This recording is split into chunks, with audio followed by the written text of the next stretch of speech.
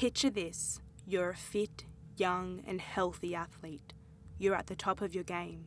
Then one day, when you're out on the field, your heart begins to race, your vision seems blurred, and then suddenly everything goes black.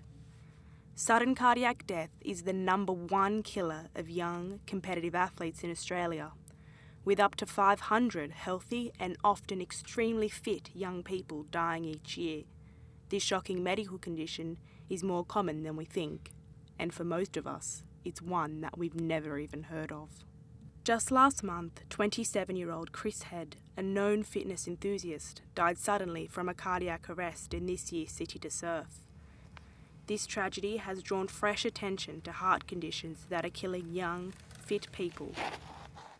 Dubbed a silent killer for most young athletes, the first symptom is usually death itself. Professor Chris Samsarian is leading a research lab at the Centenary Institute at Royal Prince Alfred Hospital in Sydney. His team believes that most of these deaths are caused by faulty genes and that there's a 1 in 2 chance of inheritance by other family members. Professor Samsarian says hypertrophic cardiomyopathy, a genetic condition that leads to abnormal thickening of the heart muscle, is the most common cause of sudden cardiac death in young athletes, affecting 1 in 500 people. He believes that sport can stimulate most underlying heart conditions. So one theory is that these high levels of exercise, the fast rhythm, the adrenergic stimulation when they get very emotional and excited when they exercise, could be a trigger. These are young, healthy people. These are young kids who go to school and never come home. These are kids that go to sleep and the mum hears the alarm clock ringing in the morning, she goes in and the child is deceased overnight. These are the worst possible tragedies. Chris Ebling is your normal 18-year-old boy.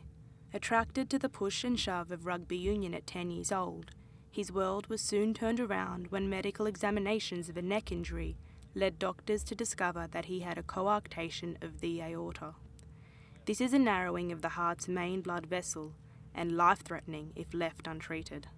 For Chris, his condition means that despite multiple surgeries, every 6 months he has to see a specialist, and every day he has to take a beta blocker to lower his blood pressure. Without doing so, he could face a prospect of an early death. Well, when I first got diagnosed, I couldn't play any sport for a whole year, and then the year after that I could only play soccer because of the stent.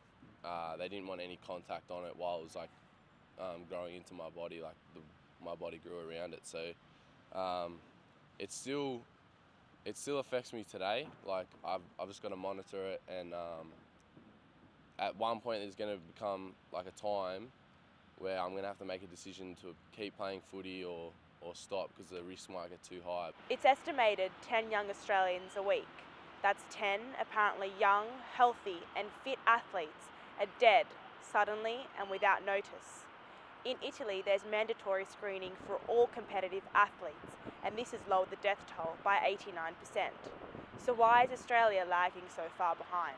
Professor Samsarian and his research team believe that the problem is a lack of awareness among the Australian community and knowledge gaps about some of the causes of genetic heart conditions. So, the question is, if we aren't even aware of how many young lives this silent killer claims, then how are we expected to act in the first place? How do we prevent young people dying suddenly? It's really 3 ways. One is to modify their lifestyle and tell them to avoid the highest level of competitive sports because that seems to be a trigger for sudden death. Secondly, sometimes tablets can help. Things like beta blockers can help. So the third way we can prevent sudden death in young people, the most definitive way, is implantation of one of these devices, which is called an implantable defibrillator. We make a little incision, it's implanted under the chest wall, and a wire comes out and into the heart and monitors the heart rhythm every beat of the day, every week, every year. And if the heart goes into a rhythm that could lead to sudden death, it actually detects it and then delivers an internal shock, an automatic shock.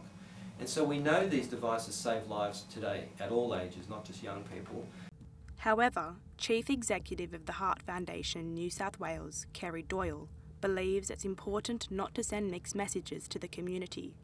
Although sport is a proven trigger of most underlying heart conditions in young athletes, she believes physical activity is critical to health, but thinks it comes down to knowing your own body. What we say to Australians is to get a heart health check.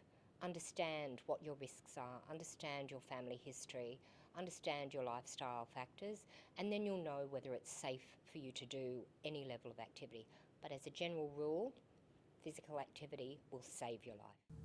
Research teams like those led by Professor Samsarian hope that in the near future enough of our genetic makeup will be understood to lower the death toll of young athletes dying suddenly in our community.